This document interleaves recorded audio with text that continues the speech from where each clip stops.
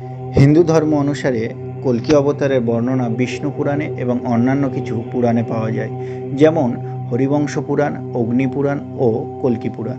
তিনি বিষ্ণুর দশম অবতার এবং কলিযুগের শেষে পৃথিবীতে আবির্ভূত হবেন এবং তিনি কলিযুগের অবসান ঘটিয়ে সত্যযুগ শুরু করবেন। তিনি সম্বল গ্রামে বিষ্ণু যশ ও সুমতি দেবীর পুত্র হিসেবে আবির্ভূত হবেন।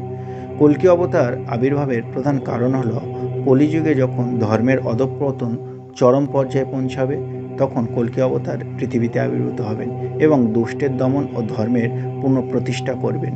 হিন্দু সৃষ্টিতত্ত্ব অনুসারে কলিযুগ হলো সত্যযুগের শেষ যুগ, তাই কল্কি অবতার আবির্ভাবের মাধ্যমে কলিযুগের সমাপ্তি ঘটবে এবং সত্যযুগের সূচনা হবে। কল্কি অবতারের ঘোড়ার নাম দেবদত্ত এবং তার হাতে একটি তরবারি থাকবে, যার নাম নন্দক বা রত্নামারু নামে পরিচিত।